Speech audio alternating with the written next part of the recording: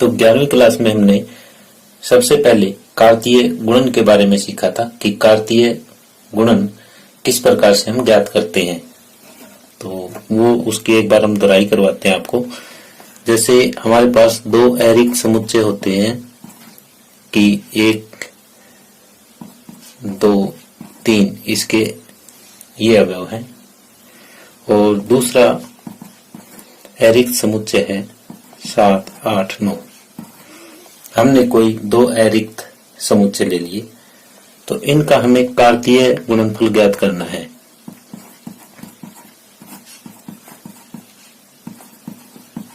तो कैसे ज्ञात करते थे हम?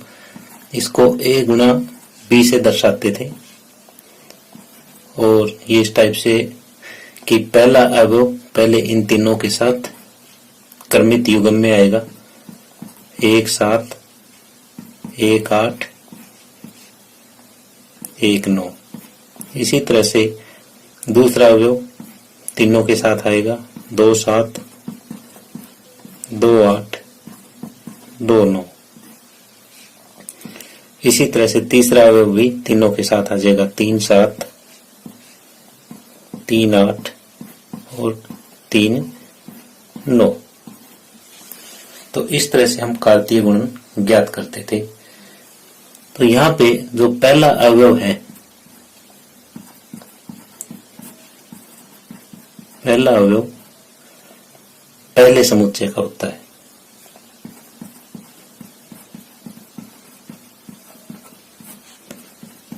और जो दूसरा अवयव है वो दूसरे समुच्चय से होगा।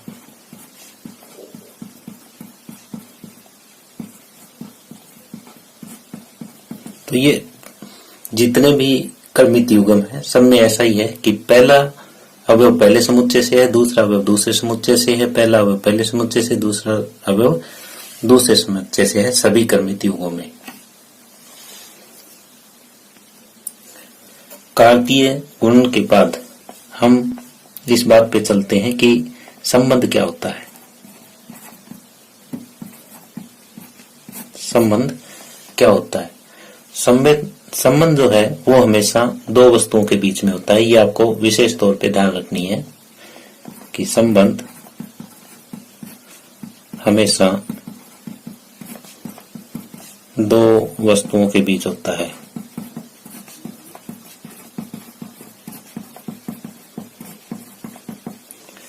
कैसे? जैसे मैं एक एग्जांपल ले रहा हूं यहाँ पे, राम सोहन का पिता है। एक एग्जांपल और लेता हूं, ए बी पी क्यू के समानांतर है।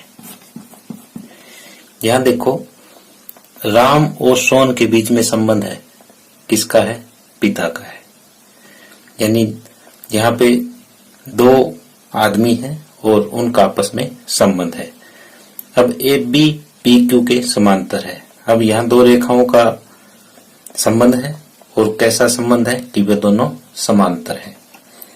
तो इस हिसाब से हम संबंध स्थापित कर सकते हैं। और जैसा हमने ये दो समुच्चय लिए थे, अब इनके बीच में किस तरह से संबंध स्थापित होगा ये दर्शाते हैं। जैसे मान लिया ये समुच्चय ए हमने माना था, इसमें अवयव 1 2 3 है। एक दूसरा समुच्चय और मानना था बी, इसमें 7 8 और 9 ये अवयव है। अब हमें एक संबंध आर स्थापित करना है ए से बी के बीच में, यानी सभी क्रमित युग्मों का समुच्चय। ये संबंध आर इस टाइप से है कि b बराबर a प्लस 5 लिया हमने, जहां पे a जो है पहले समुच्चय से संबंध रखता है और b दूसरे समुच्चय से संबंध रखता है। इस तरह से हमने एक ये संबंध स्थापित किया। अब यहाँ पे क्या है हमारे पास? b बराबर a प्लस 5 है। अब ए में देखो पहला एलिमेंट क्या है, 1 है। अगर ए की जगह हम 1 रखते हैं तो बी कितना आता है, 1 और 5 6। अगर ए की जगह 2 रखते हैं तो बी की जगह कितना आएगा, 7। अगर ए की जगह 3 रखते हैं तो बी की जगह आ जाएगा 8। तो यहाँ पे पहला जो क्रमित युग्म है वो ये आया 1 6, दूसरा क्रमित युग्म आया 2 7 और तीसरा क्रमित युग्म आया 3 8। अब ये देखो पहला अवयव जो है वो ए में होना चाहिए और दूसरा अवयव बी में होना चाहिए। तो यहाँ देखें कि पहला अवयव तो ए में है लेकिन 6 बी में नहीं है, तो ये इसका संबंध नहीं होगा। अब दूसरा देखते हैं कि ए में 2 है बी में 7 है, तो ये संबंध है। तीसरा ए में 3 है और बी में 8 है, ये भी संबंध है। तो इसके जो संबंध बने वो कौन कौन से बने, आर के बराबर जो संबंध आए वो एक तो 2 और 7 बना है और एक 3 और 8 बना है। तो इस तरीके से हमें यहाँ पे एक संबंध दिया होगा और उससे हमें देखना है कि इनके बीच में कितने संबंध बनेंगे। अब यहाँ पे हम देख रहे हैं कि जो ये आर आया है, ये संबंध जो आया है ये क्या है, ये जो हमारा कार्तीय गुणनफल था उसका एक उपसमुच्चय है। तो अतः हम कह सकते हैं कि संबंध कार्तीय गुणनफल का एक उपसमुच्चय होता है।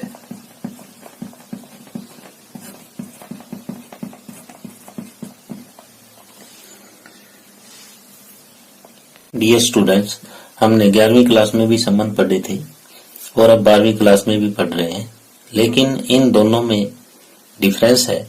वो डिफरेंस क्या है ये चीज हम आपके साथ डिस्कस कर रहे हैं कि जैसे 11वीं क्लास में हमने जो पढ़ा वो ये था कि हमारे पास 2 समुच्चय होते थे, ए और समुच्चय बी, और जो हम संबंध स्थापित करते थे वो ए के अवयवों का संबंध बी के अवयवों से संबंध स्थापित करते थे।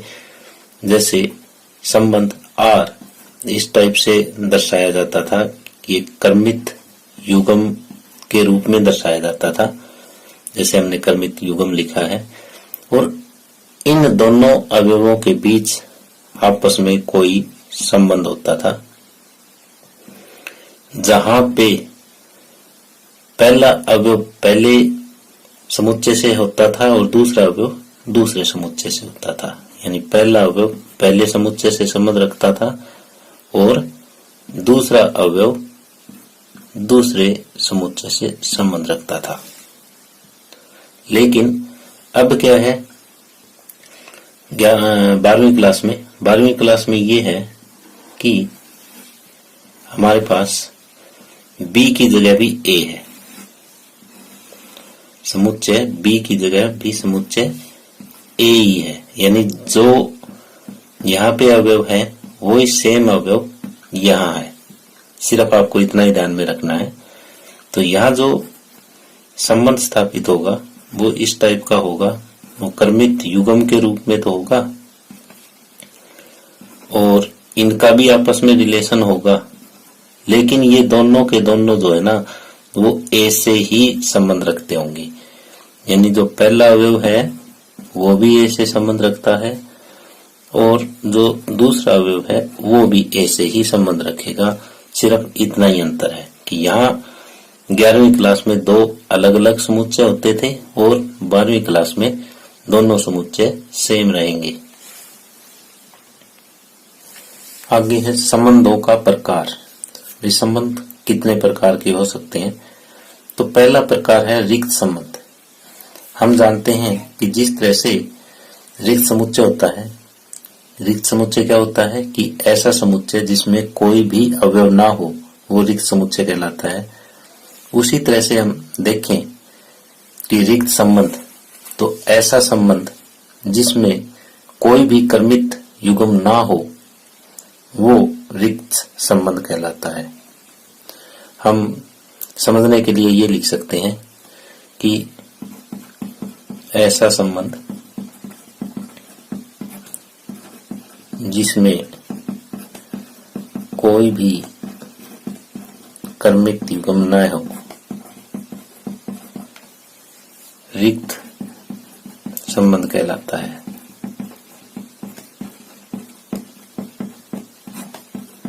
यानी इस परिभाषा को हमने समुच्चय की परिभाषा से जोड़ा है। जैसे रिक्त समुच्चय की परिभाषा होती है, उसी तरह से हम रिक्त संबंध की परिभाषा यहाँ पे बना रहे हैं। जैसे यहाँ पे पहले एक उदाहरण ले रहे हैं, फिर इसकी मेन परिभाषा पे पहुंचेंगे। उदाहरण में जैसे हमने ये एक समुच्चय ए लिया, 1 2 3 4, और इस पे हमने एक संबंध स्थापित किया ए बी, यानी यहाँ पे ए भी ए से संबंध रखता है, बी भी ए से ही संबंध रखेगा। और ये संबंध इस तरीके से स्थापित किया है कि जो ए और बी का अंतर है वो 10 होना चाहिए। तो यहाँ पे हमें ए में से ऐसे अवयव छांटने हैं जिनका अंतर 10 हो, यानी 1 1 का अंतर 10 नहीं हो सकता, 1 2 का भी नहीं हो सकता, 1 3 का भी नहीं हो सकता, 1 4 का भी नहीं हो सकता। इस तरह से ऐसा कोई भी कर्मित युग्म नहीं है जिनका अंतर 10 हो। जैसे सबसे बड़ा और सबसे छोटा भी हम लें और उनका अंतर करें तो वो 3 ही आता है, 10 नहीं आता। तो ऐसा कोई कर्मित युग्म नहीं है जिनका अंतर 10 हो। तो ऐसे केस में ये जो संबंध होगा ये रिक्त संबंध होगा। और इसकी परिभाषा किस तरह से लिखेंगे? इसकी परिभाषा को इस तरह से लिखेंगे, किसी समुच्चय ए में संबंध R, किसी समुच्चय ए में संबंध R, यानी उस समुच्चय में संबंध जो है वो R से डिनोट किया गया है, को रिक्त तब कहेंगे जब ए का कोई भी अवयव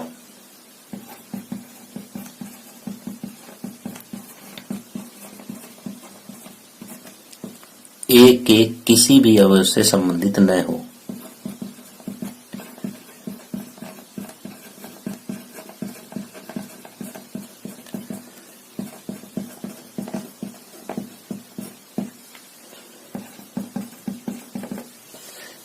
यानी जब हम ए का कोई एक अवयव लेते हैं, वो दूसरे ए के ही अवयव से संबंध ना रखता हो, तो ऐसा संबंध रिक्त संबंध कहलाता है।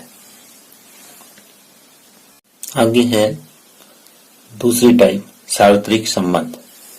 किसी समुच्चय ए में संबंध R को सार्वत्रिक संबंध तब कहेंगे यदि ए का प्रत्येक अवयव ए के सभी अवयवों से संबंध रखता हो। यानी हरेक अवयव के साथ संबंध रखना चाहिए, और वो भी सेम सेट में ए में। तो इसके लिए एक उदाहरण देते हैं कि जैसे ए के बराबर 1 2 3 है, और R इस टाइप का एक संबंध स्थापित कर रहे हैं हम। ए बी ए से संबंध रखता है, बी भी ए से संबंध रखता है, और यहाँ पे b-1 पूर्णांक है।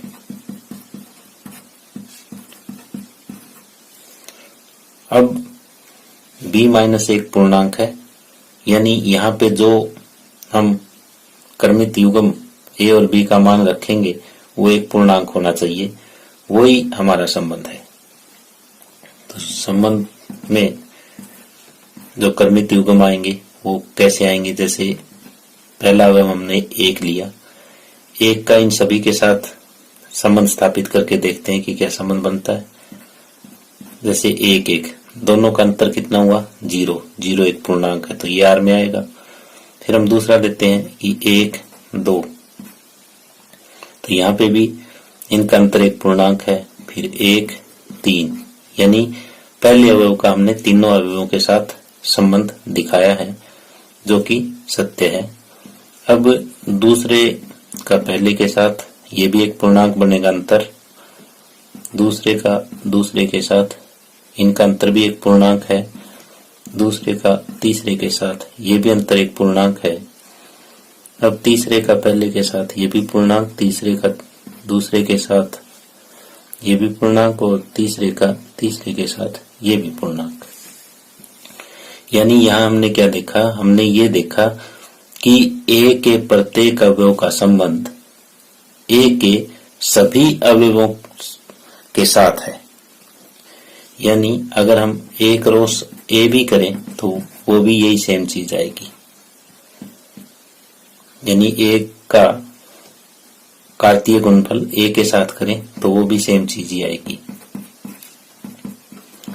अगर कार्तीय गुणनफल और जो संबंध है वो अगर बराबर है तो इसका मतलब जो संबंध है वो सार्वत्रिक संबंध है। तो यहाँ हम देख रहे हैं इनकी कार्तीय गुणा करके कि वो भी सेम यही आई। तो अगर आपका संबंध कार्तीय गुणन के बराबर है तो इसका मतलब ये है कि ये सार्वत्रिक संबंध है। समतुल्य संबंध यानी रिफ्लेक्सिव। समतुल्य संबंध, कोई भी संबंध कब कहलाएगा ये हमें देखना है। तो समुच्चय ए पे परिभाषित संबंध R, समुच्चय ए पर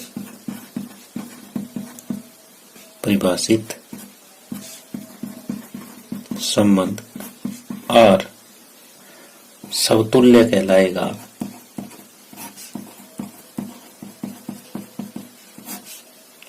यदि प्रत्येक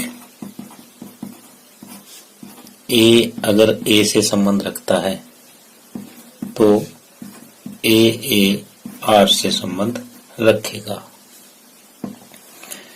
यानी जितने भी अवयव ए में हैं उन सभी के लिए ए आर से संबंध रखेगा। यानी पहला अवयव और दूसरा अवयव दोनों सेम होने चाहिए। अब दूसरा है सम्मित यानी सिमेट्रिक। ये भी इसी तरीके से लिखेंगे कि समुच्चय ए पे परिभाषित संबंध R,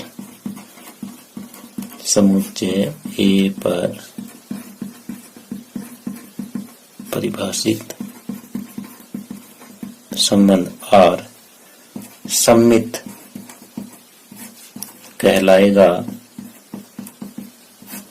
यदि प्रत्येक, इसमें दो लेंगे हम, A1 A2 अगर ए से संबंध रखता है के लिए,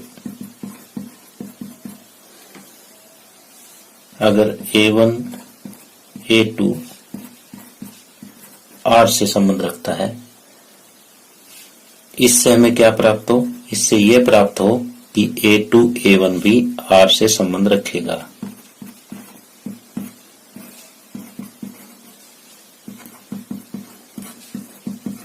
तो यानी अगर A1 A2 R से संबंध रखता है तो A2 A1 भी R से संबंध रखता होना चाहिए, तभी ये सम्मित है, अदरवाइज सम्मित नहीं है। अब तीसरा है सकारात्मक यानी ट्रांजिटिव।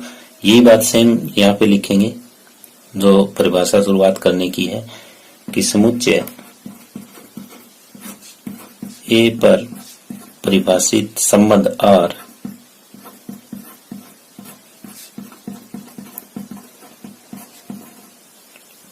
सकारात्मक कहलाता है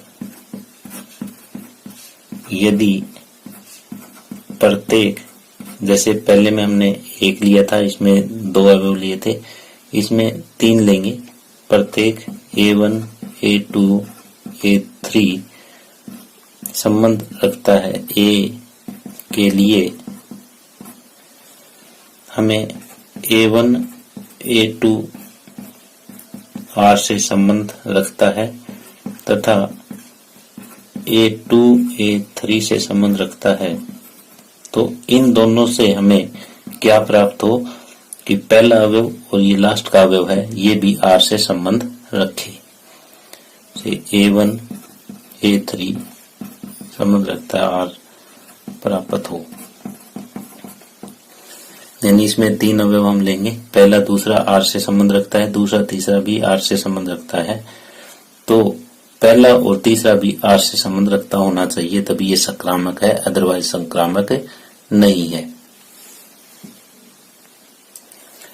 अब हम एक उदाहरण लेते हैं जिसमें आपको ये तीनों परिभाषाएं समतुल्य, सम्मित और संक्रामक की क्लियर हो जाएगी। जैसे हमने एक समुच्चय A लिया और उस पे संबंध R इस तरह से दर्शाया है, तो पहले हम ये चेक करते हैं कि ये समतुल्य है, फिर ये चेक करेंगे कि ये सम्मित है कि नहीं है, फिर ये चेक करेंगे कि ये संक्रामक है कि नहीं है। तो पहले समतुल्य चेक करेंगे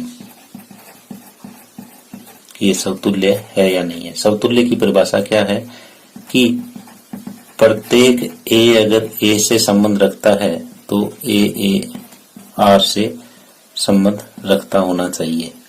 तो यहाँ A की जगह 1 है, 2 है, 3 है, 4 है, तो R में हमारा क्या होना चाहिए? R में 1 1 भी होना चाहिए, 2 2 भी होना चाहिए, 3 3 भी होना चाहिए और 4 4 भी होना चाहिए। अगर ये चारों चीजें हैं, जैसे A में 1 2 3 4 है, तो ये चारों इस तरह से अगर R में है तो समतुल्य है, नहीं तो समतुल्य नहीं है। चेक करते हैं, 1 1 भी यहाँ मौजूद है, 2 2 भी है, 3 3 भी है और 4 4 भी है, तो चारों यहाँ पे मौजूद है, तो इसका मतलब जो R है वो समतुल्य है, R समतुल्य है। अगर इनमें से एक भी नहीं होता, जैसे मान लिया कि ये 3 3 नहीं होता यहाँ पे, तो ऐसे केस में ये समतुल्य नहीं होता, क्योंकि प्रत्येक A के लिए सेटिस्फाई नहीं होता। अब हम सम्मित चेक करते हैं इसका। सम्मित क्या कहता है कि प्रत्येक A1 A2 अगर A से संबंध रखता है और यहाँ पे A1 A2 जो ऑर्डर पे है वो R से संबंध रखे और इसका विपरीत भी इसी R में होना चाहिए, यानी पहले वाला बाद में, बाद वाला पहले भी R में होगा तो ये सम्मित है, अदरवाइज सम्मित नहीं है। यहाँ देखते हैं, जिस तरह से जो दोनों एक जैसे हैं उनको तो हम छोड़ देंगे, बचे हुए में चेक करेंगे। जैसे 1 2 हमारा R में है, तो ये होना चाहिए कि 2 1 भी R में हो, 2 1 भी R में है, 1 2 R में है तो 2 1 भी R में है, तो इसका मतलब ये सम्मित है, क्योंकि और तो कोई अवयव बचा ही नहीं, बाकी तो सारे ये डबलेट थे, यानी जो दोनों एक जैसे थे वो है, और बचे 2 में जो ये संबंध बन रहा है ये सम्मित संबंध बन रहा है, क्योंकि 1 2 अगर R से संबंध रखता है तो 2 1 भी R में है, तो इसका मतलब ये R सम्मित है। तीसरा हम चेक करते हैं संक्रामक है कि नहीं है। संक्रामक के लिए ये होता है कि प्रत्येक A1 A2 A3 अगर A से संबंध रखता है तो A1 A2 R से संबंध रखे, A2 A3 R से संबंध रखे, तो इससे हमें जो प्राप्त होगा वो ये होगा कि A1 A3 भी अगर R से संबंध रखता है तो ये संक्रामक है, नहीं तो नहीं है। इस केस में हम देखते हैं कि 1 2 जो है वो R से संबंध रखता है, 2 1 भी R से संबंध रखता है। अब क्या आना चाहिए? ये आना चाहिए कि पहला और तीसरा यानी 1 1 भी R से संबंध रखता हुआ होना चाहिए, जो कि यहाँ पे है, जो कि सत्य है। तो अतः ये संक्रामक भी है। अतः दिया गया जो उदाहरण है वो समतुल्य भी है, सम्मित भी है और संक्रामक भी है। यानी ये तीनों कंडीशन पूरी करता है दिया हुआ उदाहरण। अब हम आपके सामने एक ऐसा उदाहरण ले रहे हैं जो इन तीनों में से किसी भी कंडीशन को पूरा नहीं करता। तो इस उदाहरण में हमें ये है कि समुच्चय ए में वही एलिमेंट लिए हमने 1 2 3 4 और आर इस तरह से दर्शाया है 1 2 3 4 और 4 3। ये संबंध दर्शा लिया। अब दिखाना है कि ये संबंध समतुल्य है, सम्मित है या संक्रामक है या तीनों ही नहीं है। तो पहले हम समतुल्य चेक करते हैं। समतुल्य के लिए हमारे आर में क्या क्या होने चाहिए, आर में कौन कौन से अवयव होने चाहिए, 1 1 होना चाहिए, 2 2 होना चाहिए, 3 3 होना चाहिए और 4 4 भी होना चाहिए। ये अवयव होने चाहिए क्योंकि यहाँ पे ये 4 दे रखा है। तो यहाँ पे हम देख रहे हैं तो न तो 1 1 है, न 2 2 है, न 3 3 है, न 4 4 है। तो यहाँ 1 भी नहीं है, तो ये समतुल्य नहीं है। होने क्या चाहिए थे, होने तो चारों चाहिए थी। अगर 1 भी इन चारों में से कम है तो वो समतुल्य नहीं होगा। तो यहाँ पे ये लिख सकते हैं कि क्योंकि 1 1 संबंध आर में नहीं है, अतः ये समतुल्य नहीं है। अब दूसरा सम्मित चेक करते हैं।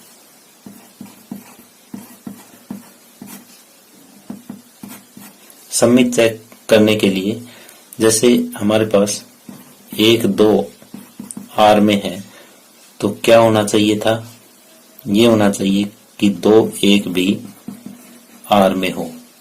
तो ऐसा यहाँ पे नहीं है। 2 1 आर से संबंध नहीं रखता। 1 2 तो आर से संबंध रखता है, लेकिन इसका जो विपरीत है वो आर से संबंध नहीं रखता। तो अतः यह संबंध सम्मित भी नहीं है।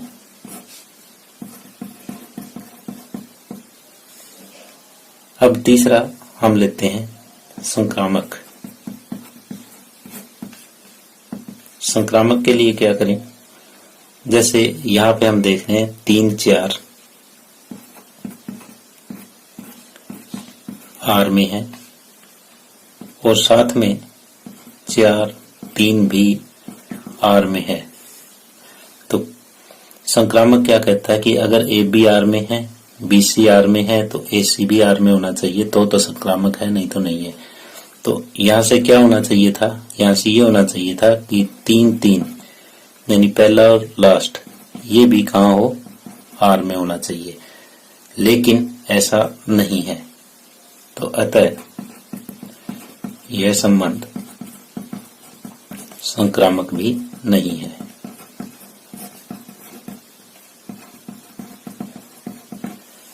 तो यहाँ पे हमने 2 उदाहरण लिए। पहला उदाहरण ये लिया था कि जिसमें हमारा जो संबंध था समतुल्य भी था, सम्मित था और संक्रामक भी था। और दूसरे उदाहरण में हमने ये लिया कि हमारा जो रिलेशन है वो न तो समतुल्य है, न सम्मित है और न ही संक्रामक है। आगे है इक्विवेलेंस रिलेशन। तो इक्विवेलेंस रिलेशन यानी तुल्यता संबंध। तुल्यता संबंध क्या होता है कि ऐसा संबंध जो समतुल्य भी हो, सम्मित भी हो और संक्रामक भी हो, तो वो संबंध तुल्यता संबंध कहलाता है। यानी इसकी परिभाषा कैसे लिखेंगे कि ए पे परिभाषित संबंध आर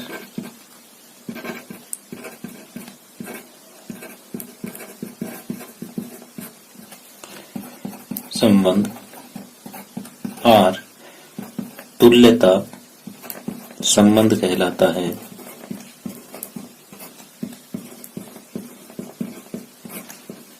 यदि वह समतुल्य हो, सममित हो तथा संक्रामक भी हो।